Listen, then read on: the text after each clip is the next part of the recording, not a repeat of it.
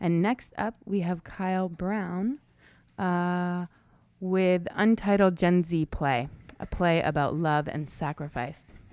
Kyle Brown is a writer and artist based in New York. So I'm going to hand over the microphones there. We have a lovely little pooch in the studio. So yes, this is Montez Press Radio, and you're listening to Kyle Brown and Friends. Thank you. Hi, thank you for listening.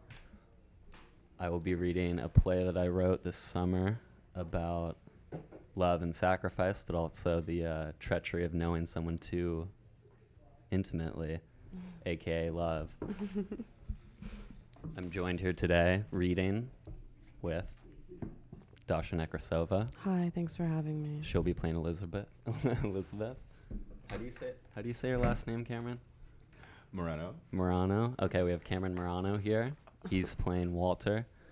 And then we have an anonymous person that would like to just be called G. Hi. He will be playing Jack, and I will be narrating. Right.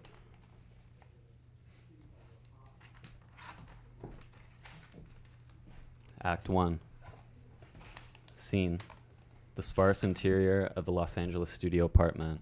A low, long table on 2 small sawhorses displays an appropriately ambiguous sculpture on top of drawings laid flat underneath a large piece of glass. A crowd of 30 young people sit and drink wine on a paint-splattered hardwood floor. Lucy... Sorry, I'm a little nervous. Lucy curtsies after finishing a toast that congratulates the artist in residence. A racially ambiguous young female stands up and dramatically bows.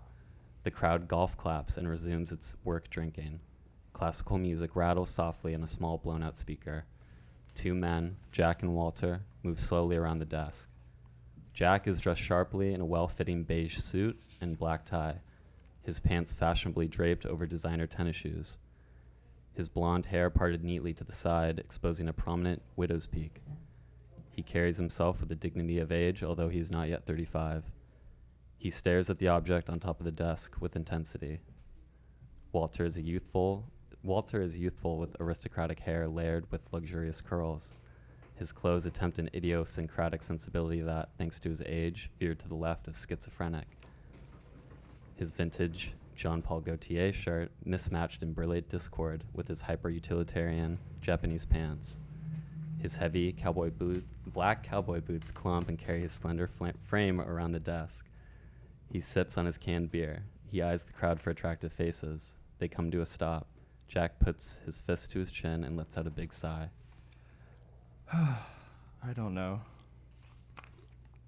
Speak of you at our mate, Jack. What do you think? Walter shrugs. I love her.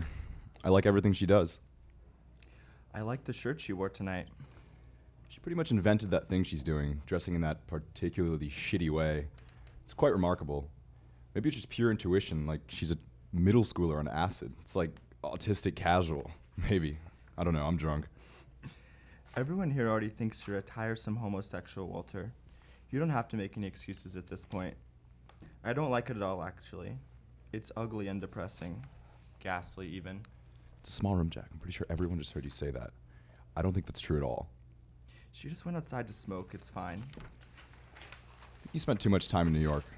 Gotten horribly serious about art recently. I've just been thinking that honestly I think beauty is all I truly care about now.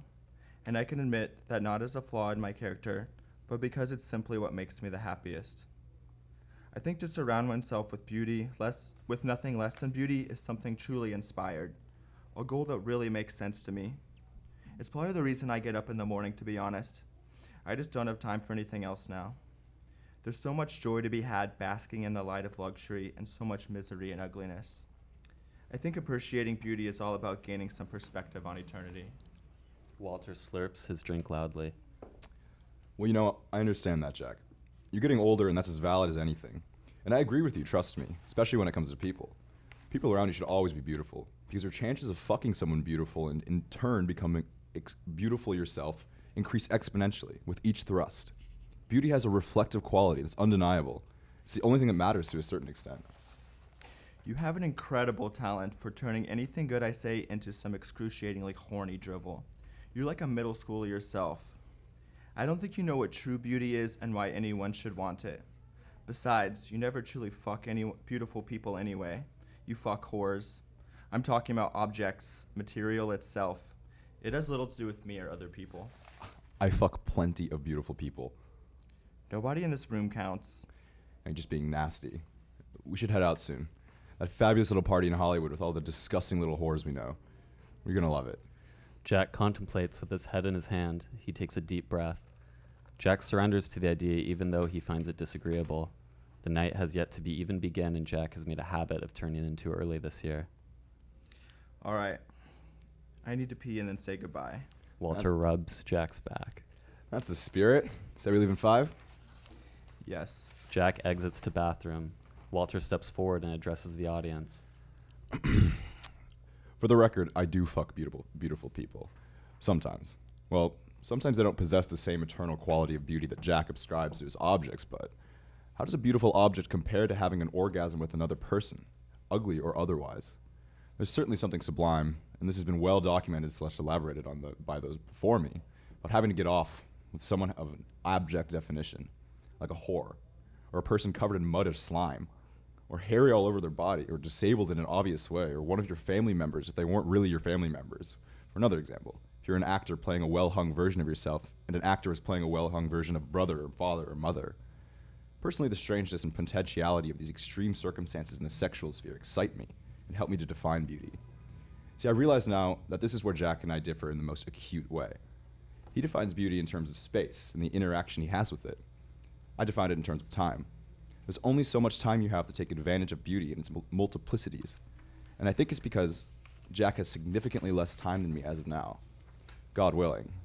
He tries to ignore how his body might respond to something outside his rigid definition of the word. He's under the impression that he knows himself, and because of that, I do sympathize with him. He's getting older, and I believe it's perfectly healthy for a person in that position to place their bets on what they think they know, before it's too late. Walter looks at his empty drink. Do need another drink before we leave, to be sure. Walter exits into kitchen. Jack enters. He circles the desk one last time. Jack hugs Lucy in the audience and says goodbye. He looks around for Walter. Where's Walter? Kitchen. Walter processes the information. He groans and sits at the windowsill. He takes out a cigarette out of his pocket and holds it in the air. Mind if I smoke this inside? It's rather nightmarish out there. Lucy floats around the room. Please use an ashtray. Jack lights a cigarette. A young woman sitting to his left turns to him. Did Walter leave? Jack doesn't look at them, but rather addresses the audience. I think Walter is far too consumed with narcissism to really understand anyone else's perspective. His concern lies solely with vulgarity and shocking the people around him. A flippant affection of youth at all too common. Fucking beautiful people? He's so young I almost feel sorry for him. Only a tragically young person would agree to leave with you in a timely fashion and then proceed to pour themselves another drink. People close to you tend to remember things like that most vividly. You get to a certain age and you know someone well enough, and all of a sudden those small betrayals count more than anything. And if you have a practice year for them, speak at a finely tuned note.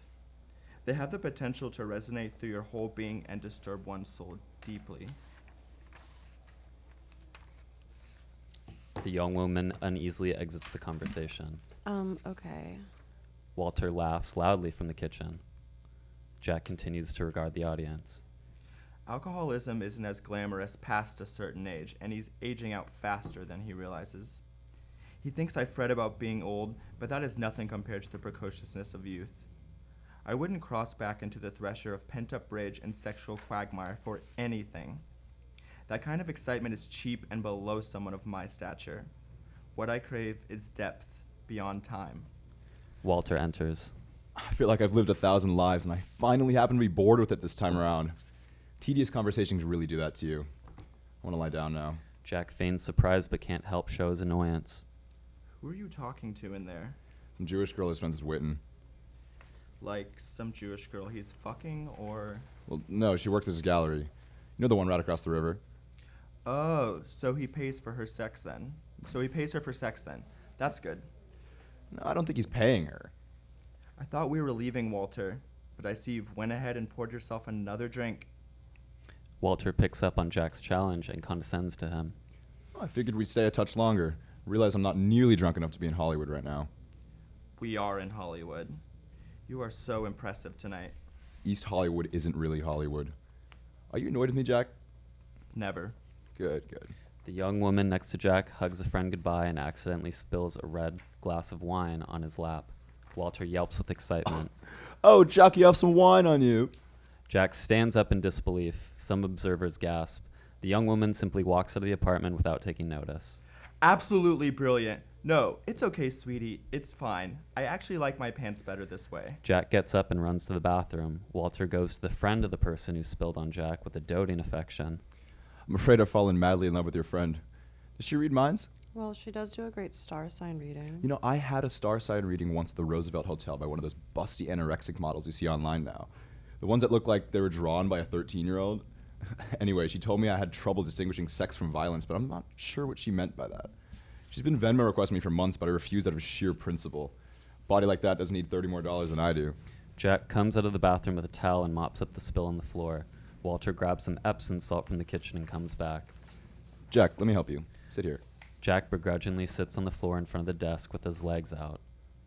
These are fucking ruined. I should have never left New York. Walter dumps a large amount of salt on top of Jack's legs. I think you look much cooler now, like you've pissed yourself. I'm practically seething with jealousy. Yeah, thanks a lot. The salt on Jack's legs continues to pile. Do you feel alive, Jack? I do. I'd rather be buried. We must leave immediately. This is your fault entirely. Walter stops dumping the salt on Jack and grows extremely serious. He leans in close to Jack and looks at him directly in the eyes. Jack is slightly taken aback. Jack, I'm going to be perfectly honest with you. I think now is the most perfect time to break your pledge of sobriety, and I will explain to you exactly why. You have nothing left to lose at this point, since your entire psyche was surely just shattered in front of all these strangers, and you become the laughingstock of the entire opening. But I implore you to consider the possibility that tonight may very well end in a great deal of fun if you let go of everything that's happened and just let loose a little bit. You have a distinct and extremely important choice at this very moment. You may not even realize it. As your dearest and most trusted friend, lover, guide, foil, I suggest we stay for at least 2 more drinks before we go to Hollywood. I have some clothes I left here ages ago. You can borrow. I'll go find them now. Jack bemoans the suggestion. Walter, I'm covered in cheap Malbec. You're completely delusional if you think I'm going to Hollywood with you and that group of rude debutantes looking like this. Walter grabs Jack's shoulders and shakes him a little bit. Jack, you've become the most exciting part of this whole evening. You must embrace this. I'm telling you, before everyone thinks you're a little bitch. Walter goes to the closet and pulls out a large plastic bag with clothes in it. He helps Jack up and hands him the bag. Can't possibly go back to the canyon at this hour just to change. No, impossible. You have some options in there. Now go. Jack looks to the exit, then at the bag. How old are these clothes? Why have they been here so long? Seasons change, Jack. They're beautiful clothes, I swear it. Would I ever lie to you? Do you not at the very least respect my taste? I left them here during the period I was interning for Lucy. Jack hesitates and looks longingly towards the exit. He considers throwing himself down the stairs, but accepts his fate and goes to the bathroom. The door shuts and locks loudly after one final moment of hesitation. Walter addresses the audience somewhat pridefully. I can only imagine what slanderous thing Jack is conjuring in his head right now as he reconciles with this situation. One of these surely feels I'm taking advantage of for my own amusement. I'm not insulted to be called a master manipulator, a Jew, debutante, a rube, or genius. I give myself quite the thrill lending a helping hand to the blind, the downtrodden, and even the willfully ignorant. To see in their eyes a feeling of uncertainty as I point them in the direction of the unknown. They can't make up their minds if I'm being a devil or an angel. And to be completely honest, I find it often hard to choose myself. There's such an underappreciation for the ulterior in this age, moral binaries. Total lack of cunning or nuance. People are too polite, even the most micro of interpersonal dealings. Life is for playing. Whatever game it is, I intend to play it for fun. Not because I'm sadistic and want to see people suffer, no. I'm deeply empathetic towards all players in the field. More so, I'd say, than the players who simply refuse to play. Once you drop all the political pretense, you find it simply something fun to do. That's the only way I can see it. It's all a big sandbox. All you need is imagination and courage to make fantastic things happen. Walter exits to kitchen. He quickly comes back with 2 vodka tonics in his hands. Jack enters. His clothes are hilarious and flamboyant. He adjusts and pulls at the tightness of his shirt. He looks around the room with extreme discomfort. Oh my God. You look amazing. Walter hands Jack one of the drinks. Jack hesitates for a moment. I look like a Gen Z rebrand. You could make an atrocious stylist, a wildly successful one at that, if you wanted to switch careers. You look completely perverted in the best way. I must remember to get these clothes back from you. You really think I'd make a better stylist than a writer? Jack takes a sip of his drink. You betrayed me despite my better judgment, Walter. I'm starting to feel like you've set this entire night up for me to fail, and I can't believe that I let you get this far. You've made a complete fool of me for your own superficial amusement. Your smile is so insidious right now. Jack, I'm appalled. Just admit you're having fun at my expense and we can move on. And why would I do that? Don't you think we have a good thing going on right now? Hardly. Walter's phone rings. 1 second. He answers, holding his index finger up to Jack's nose. Jack rolls his eyes and adjusts his clothes more. Hello? Yes. No. Who? Shh. Child. Beautiful. As always. No. My show's in a couple of months. Because she promised me. No, dear, I'm afraid we decided to stay longer. Jack's just broken sobriety and put on an exciting outfit. No, you should see him. He's quite hilarious. Some of my best work. Well, there's this girl who's rightfully spilled wine on him because he said something nasty to her. Something racial. I don't know exactly what. You know him. Are you headed to Hollywood now? Walter, who is that? I'll put 20 on it and Jack will cover the rest. On what? Well, I can spot you. It's fine. My check just cleared from the ticket pre-sales. Yeah. It's going to be performed in Los Angeles first and then New York. Well, I suppose. Odessa's to play the lead. It's about the interior, the relationship, and a struggle for control over one another. No, it's horribly doomed like all true love is. No. They might as well be in hell. Nobody wins, but it's not really about that. More of what's in between and the unintelligible distress of knowing another person. I want the audience to be very much aware of that. Well, Timothy plays the neighbor. No, very young. Illegally young. No. We don't explicitly say. Well, they simply set themselves up to continue the cycle. I think there's plenty to be said about how it's ambiguous. Well, of course he's playing me. They don't fuck you, but you see it, yes. Of course you see it. Impressive. Yeah. Bigger than you'd think. Yeah, it was his idea, actually. Odessa connected us.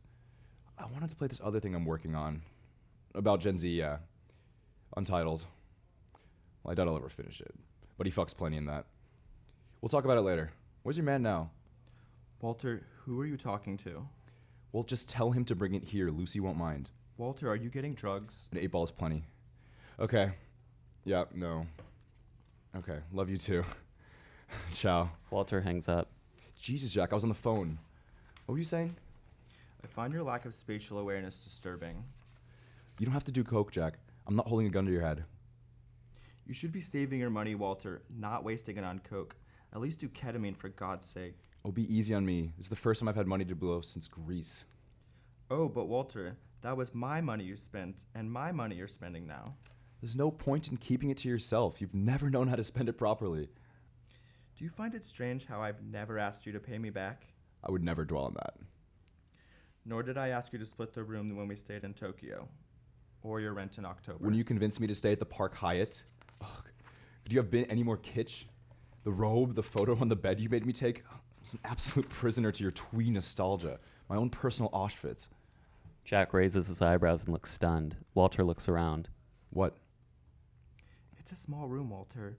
You know I'm half Jewish. It's an aesthetic reference. You're always so concerned with the weight of things. Let go, Jack.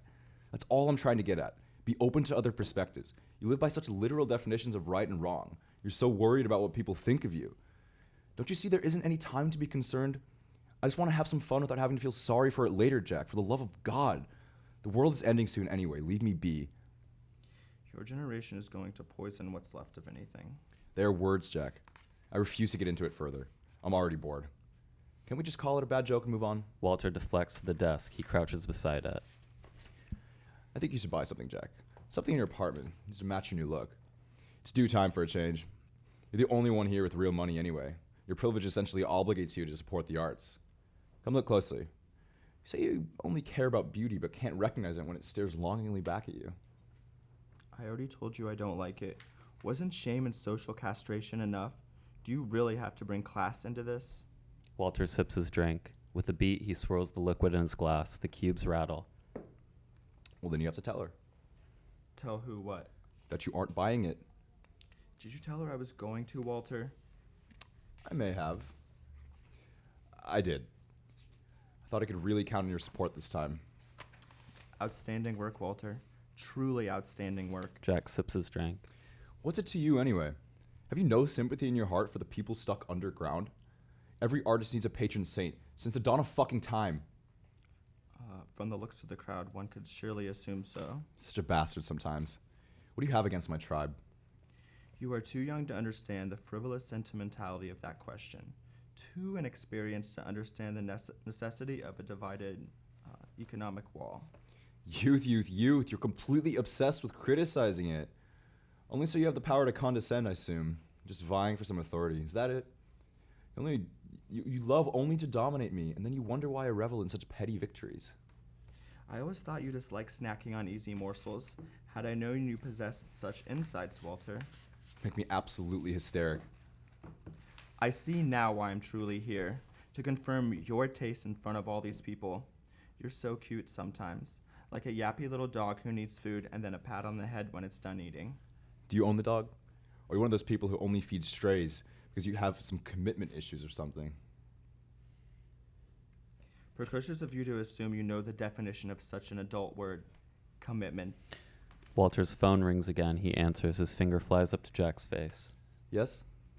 I'll be right down. He hangs up. He pauses for a moment. He turns to Jack.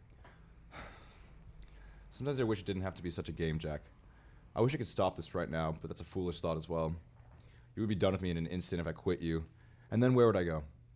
I would hate it anywhere else too. I feel trapped, Jack.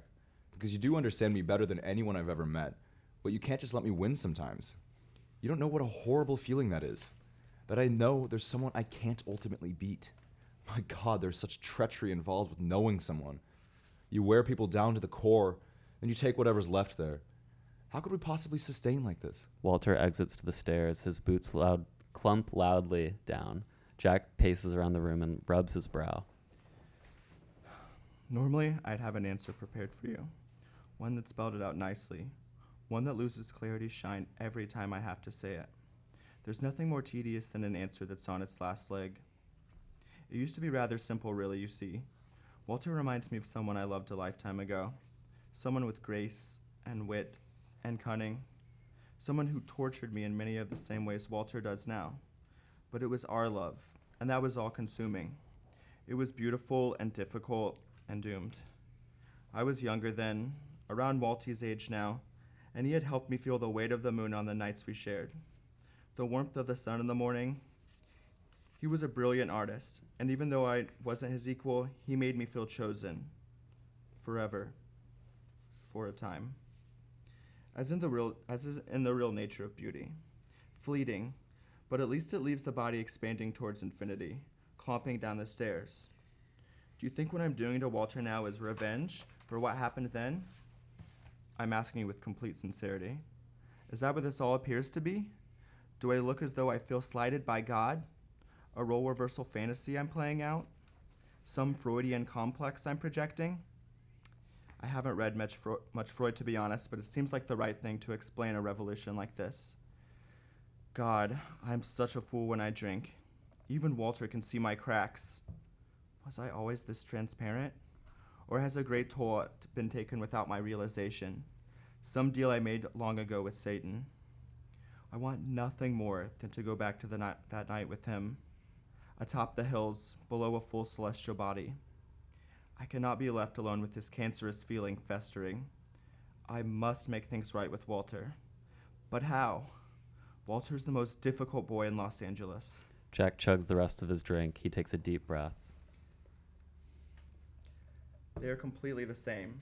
The only exception now being I don't make love to Walter like I did them. I don't fuck Walter at all, in fact. Walter is a new kind of queer. A faggot who doesn't care about being a faggot. It's a Gen Z thing, he explains. I don't care at all for that. I'd rather faggots be out in the open so they can be easily identified by me. Although it really doesn't matter to me anymore. I don't have much use for sex nowadays. It's such a dangerous thing to covet. It's kind of like what I was saying about beauty earlier. I like surrounding myself with it. I can't help it. Beauty protects me from intimacy because you can never touch it, for that would destroy it. The rest I don't really care about. Socially, Walter is an ingenue, arm candy waiting to be worn, and he knows it. People think I'm interested for being around a young boy, and Walter, by extension of my presence, gains some credibility for possessing a millennial charm. It's a perfectly symbolic relationship. This whole business with his fragile ego is nothing more than an inconvenience that I allowed him some agency to control. I remember what it's like to be stupid and drunk on youth. The thrill. I enjoy making him think he's getting to me. It's the closest I can get to making a mess of my life without being totally eviscerated. You'll see when he comes back how his mood will change, how I'll change it without much effort. He set me up for it perfectly, like two players passing a ball, heading towards the goal they both know they'll never get to, but nonetheless working together. And that's why I'll love Walter forever. For now. Jack slowly grows a smile. He lets out a great booming laugh. Walter clomps up the stairs. He enters. Oh, what's so funny? Nothing, dear. Just something funny Lucy said about you. Cheers. The two men cheers their drinks. Walter grows a smile. You're suddenly in a good mood. Have I done or said something with effect? I think so, my darling. Walter lets out a laugh. Good. The two men circle the desk together. You know, I think this is starting to grow on me. Walter puts his arm around Jack and says softly. Good. They both take a sip of their drinks. I'm so happy, Jack. Walter kisses Jack on the cheek. Jack returns his kiss. The two men sip their drinks. I think it's a full moon tonight. A 15-minute intermission goes by. Act 2. The interior of the apartment. We hear the clomping of more footsteps coming up the stairs. Elizabeth, a small girl with medium-length brown hair and a sinister smile, enters the room. She is wearing a black dress and small oval sunglasses, which she does not remove from her face. She spots Jack and Walter near the desk. She calls out to them. Jack, I love your outfit. For a moment, I thought you were going to press my eyes all summer with those drab, dark suits. Neutral tones do so much better. Jack and Walter both turn to face her. Elizabeth, so generous of you to come. She hugs Walter. Walter motions towards the desk. Isn't this brilliant? Jack and I are incredibly happy now. Is this true, Jack? You're happy now? Have the terrorists won? What will we tell the general public? It'll be anarchy in the streets, faggot, blood, and cum everywhere. Maybe you could buy some of mine as well. Want to do a studio visit next week, perhaps? Pass. Walter and Elizabeth put their arms around each other. Jack, even you won't be able to afford me after David Kordansky starts fucking with me. You shouldn't be so snooty when it comes to collecting. You never know what will happen. It is truly amazing, the daft ways in which your generation tries to sell itself. I'm fascinated. What makes you think Mr. Kordansky would ever start buying you? Well, once he sees me in action, it'll only be a matter of time. Cream always rises. Talent always shines through shit. If I was in your apartment, it would help tremendously. I know because I saw him at the last party you had. Funny, I don't remember inviting you personally. Walter invited me. Of course he did. Elizabeth made a wonderful sculpture of a plane the other day. It would look great in your living room, Jack. Oh, a plane, you say? I wonder what that could possibly be about. There wouldn't happen to be a sculpture of a building, too, would there? And so what if there is? I was alive then. I remember. I'm deeply affected. You remember what exactly? Shitting your diaper? Miss Hamabe's second grade class, I was getting lightly molested by a boy's socked foot underneath the table. She turned on the TV and let us watch for too long. I convinced myself that Osama bin Laden was going to come to my house personally and take me away to live in a cave somewhere. I can't get fucked without knowing the other person's socks are off, or else I start panicking. Where were you, Jack? Shitting in your adult diaper because you're an old man? I was the boy molesting you. No, that's impossible. He was much more kind to me than you are. Elizabeth, you really should come to Hollywood with us later. Are we not in Hollywood now? I wouldn't say we are anywhere, really. Where we are now exists an in-between state of being. Mm-hmm. Are you okay, Walt? I just think that when you enter a space with work in it, the outside world ceases to be for a time. Is that an elaborate way of telling me you think the work is transcendent? That's a little pretentious, don't you think? I agree. Well, I'm saying this applies to all work, generally speaking. But I am feeling something that's for sure. I feel myself getting a bit high. Oh my god. You didn't put acid in these drinks, did you, Lucy? I know you're partial to psychedelics. Lucy, perking up from across the room, flashes Jack a look of ridicule. God, no. Acid? Lucy and a group of patrons laugh to themselves at Jack's expense. Elizabeth rummages through her purse and pulls out a bar of chocolate. I do have mushrooms if you want. You one of those people that does microdosing? Seems like it's very en vogue in the moment. It's not microdosing, but sure. Yeah, I'll have some. Jack? Absolutely not. Elizabeth breaks off a piece for Walter. They cheers the chocolate and eat it. Jack tries not to look jealous. Be careful, Walter. I don't want to have to take care of you tonight. Walter makes a fart noise with his mouth. Pipe down. Yeah, shut the fuck up, bitch. Just kidding. Walter and Elizabeth start dancing sensually together. Jack finishes his drink and sets it down. All right, kiddo. 2 drinks. Let's go. Walter and Elizabeth continue dancing and ignore Jack. Jack begins to fume with anger. He catches himself before saying anything else and instead takes a deep breath. He pulls out another cigarette and lights it by the window. Jack addresses the audience and Walter Elizabeth. I must be the only one in this town who thinks that sexual malleability of Generation Z is disgusting and deserves to be punishable by law. It's just so, God, what's the word? Precocious. And they think as though they invented it. Lines in the sand are drawn for a reason, and it's important to understand the necessity in choosing which side you're on. It keeps the general public in balance, helps fuel the economy of true discourse. I've been called a bigot before. I don't mind. I've been called a faggot much more, and that I prefer. Better people have some opinion of you than none. Give them a couple years, and they'll be weeping in puddles of their own embarrassment when they remember days like this, where the sun never seemed to set, where there was no foresight, no consequence of action, where irony and pastiche triumphed. Youth is a dumpster on fire. Oh, please, Jack. What we have is nothing new. It's our time to be as horny as possible, as if it were our duty to God, like animals in heat. Evolutionary progress demands this. Thankfully, technology now takes care of the process for us, leaving us more time to pursue art. I understand your confusion and desire to stomp us out. It's only nature. We'll be confused and want to stomp one day, too. Jack turns and stares out the window. He groans. Walter and Elizabeth move into a sort of drugged-up waltz to the amusement of the crowd. Oh, Walter, when are you going to show me your writing? I don't know. Is there a point in doing that? I'd rather keep it all to myself. Leave the oversharing to the millennials. Walter, that's such a horrible, selfish thing to say. Sometimes I have this desire to get eaten alive one day, consumed and defeated by my failure as an artist. It'd be such an interesting story. I just wish I didn't have this sick need to lie all the time. I don't want to deal with the shame anymore. The shame of what? I just can't stand it, Liz. I told 2 different drug dealers that my play was sold out. I can't stop lying. I have nothing to show for my life. I'm filled with shame. I resent and blame Jack for it. I want to make my own way. I want to live on the sidewalk and eat dirt. I want to fight for my life. You are so stupid, Walter. So what if Jack's paying for you right now? I would kill for that type of situation. And he asks nothing in return but your companionship. His generation is getting so lonely and out of touch. You are practically his lifeline, Walter. Don't you see he needs you? You're so lucky and also so stupid sometimes. You need to get off the internet. I just had this idea of where I wanted to be for so long. I told myself I'd do anything for anyone to get there. Whatever parts of myself that got left behind I considered worth it. But now I think I was wrong. What am I even fighting for? You're so beautiful and lovely. I shouldn't be dumping this all on you right now. I'm a bad friend. A worse person. I don't deserve love or success. You'll have both, Walter. I swear it. With you I know true peace. The only woman I've ever loved, and rightfully so. Thank you. These chocolates are so strong. How strong are they? Like we probably took way too much. Oh, wow. I feel amazing.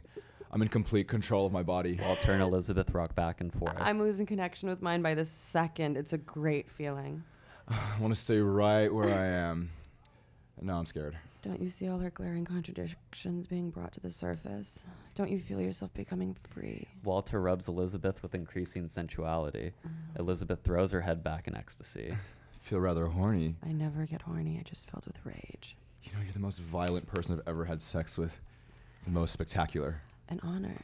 And you fucked the best of them. I really have. Although, I think violence and sex is only good for keeping someone's attention long enough to get off. My concerns are much broader now. I'm trying to grow up.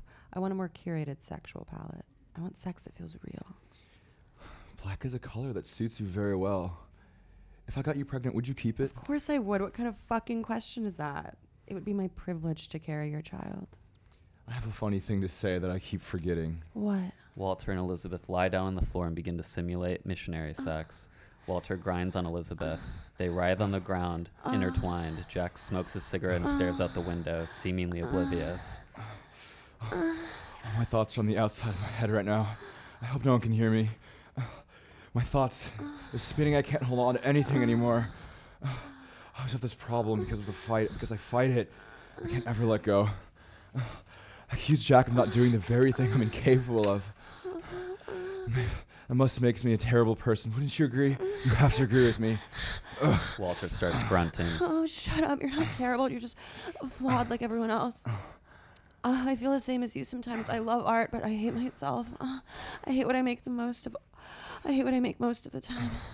Every time I fail, I feel like a fallen angel, and I want to be able to get back into heaven, Walter. That's why we have to keep trying, no matter what. Women like you don't get into heaven, Elizabeth. They stay on the earth, bound to ground for all of eternity, lying naked on their backs. It's the same for all women. And God rewards them by granting them control of the tides, the ocean, the mud, the lava beneath these tectonic plates. They embody the change. Oh God, Liz, I'm so scared. It's all happening at once, don't you see? History and time. Everything's the same moment. Conventional language isn't advanced enough to articulate that yet. Language. I can visualize the word. It's stuck on the roof of my head like wet paper on soft, unfinished wood. Are you scared of living life, Walter? It depends. I try not to be. You? I'm scared of not knowing enough by the end. I'm terrified of leaving a stone unturned. That might sound silly to anyone listening, but it's true. I've worked too hard and studied too much to be left unfinished and compromised by death. I'm scared of my potential. I'm stifled by the world. Technology. My body. Neoliberal ideology. I'm scared to be free. I'm scared of being hated. Fuck, I'm scared of the things I love. I've already been completed work I didn't come up with but wish I had. I can't help but hate rich, successful artists. I'm a jealous person, Elizabeth. I don't care if that's my biggest contradiction. Like what? Like what? Like what? What work do you wish you made but couldn't? Who do you wish you were instead of you? I don't know anyone that's mainstream.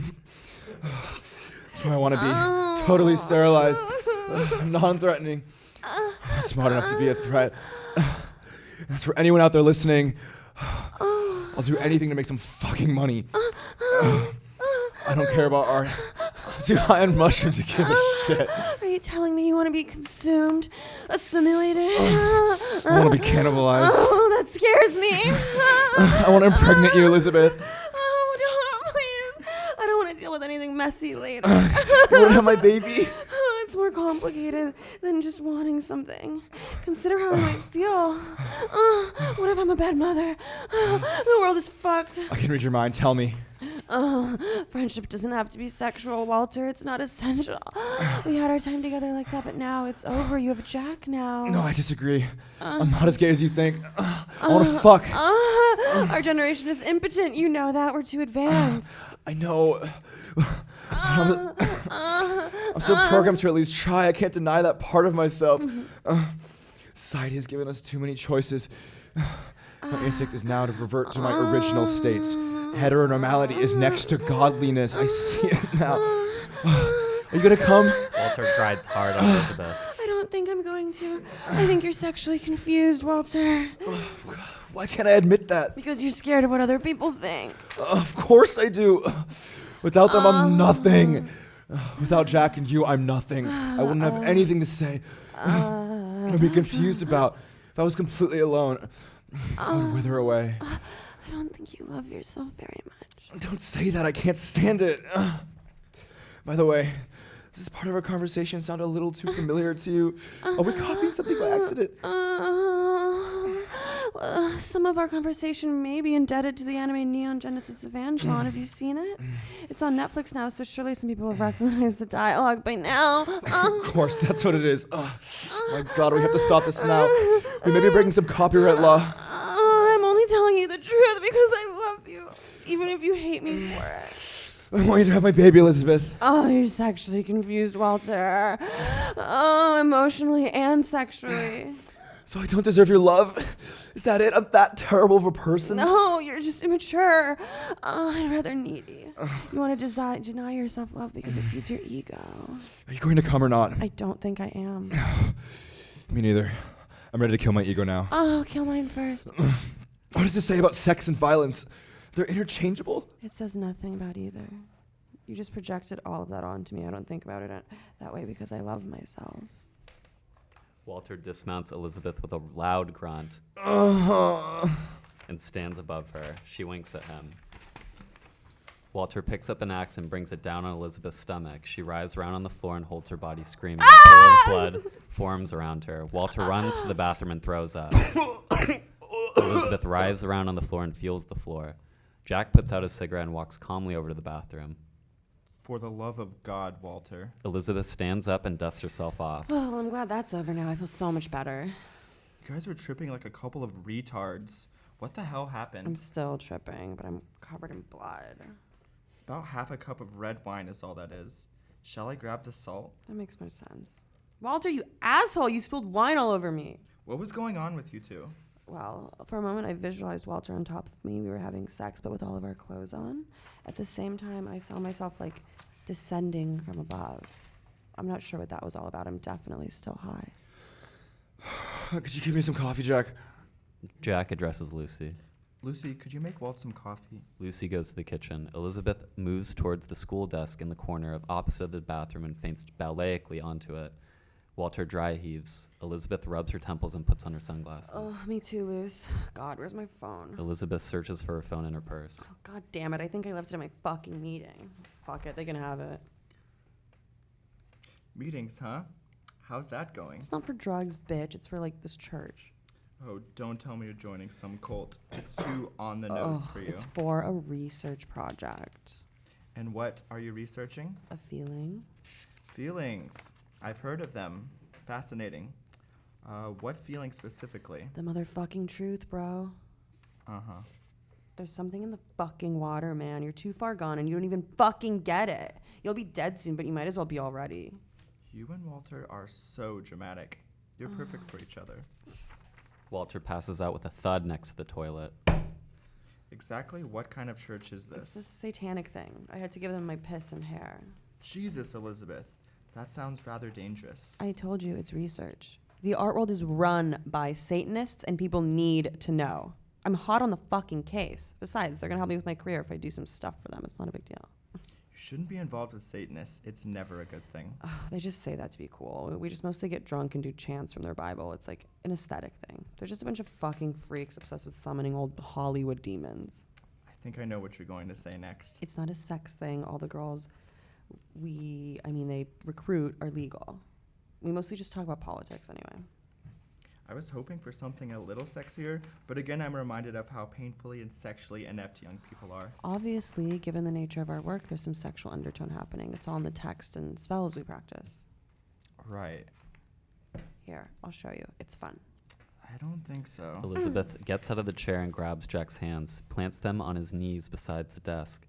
She pulls out a white piece of chalk from her pocket and makes him grasp it. Just relax. Let my hand guide yours. Jack lets Elizabeth draw a medium-sized pentagram on the floor next to him with the chalk in his hand. Now what? Dear Satan, You can't be serious. give this man what he desires most. Take his body as payment. Do with it what you will. Rape what now belongs to you. Bound him to hell in exchange for his heart's wish. If only. Oh, Dark Lord! From the bathroom, Walter's body starts to rise off the ground in sync with Elizabeth's movements. Shit, how does it go again? Elizabeth drops her arms. Walter flops to the floor. Oh, yeah. Elizabeth raises her arms again. Walter's body rises again. Whilst earth and sun exchange their smiles and words of love and shudders from their secret embrace run down from the mountains, and the plain throbs with new life, to you, my darling, verses are unleashed. You I invoke, O Satan, monarch of the feast. Elizabeth claps loudly, startling Jack. Walter thuds to the floor again, but gets up after a short beat. He dusts himself off. Jack, Yes, Walter? how'd you feel if we left now, just went home? I don't feel like going to that party anymore. I think that's a great idea. Well, wait a minute. Jack looks at Elizabeth, who is smiling widely at him. Lucy stands up to make an announcement. I would like to thank everyone for coming. I've just decided that next month we will have Elizabeth show her sculptures, so make sure to mark your calendars. Elizabeth is my favorite artist in the world. Yes! Hail Satan! Fuck yeah, I knew it. The crowd claps robotically for Elizabeth, including Walter. Jack just scratches his head. I have the overwhelming urge to do a studio visit with you, Liz. Are you free tomorrow? I sure am, Jack. I suddenly feel the urge to finally finish my Gen Z play. I think I know it's going to end. How? The world goes mad. Completely mad. Until it finally ends. The world outside, nightmarish and burning. The end. Thank you for listening. Great work, Kyle. Great work, Kyle. We were a little, a little shaky at first, but I think we got into a little rhythm That there, was- yeah. It's the Yeah, LaCroix. that was Yeah, great. it's the LaCroix, yeah. Great writing and great Pamplemousse. acting. It's the pamplemousse. Yeah. Pamplemousse Beautiful. got to me. Oh, yeah. Well, thanks for having us. Thank you. Thanks. for having us.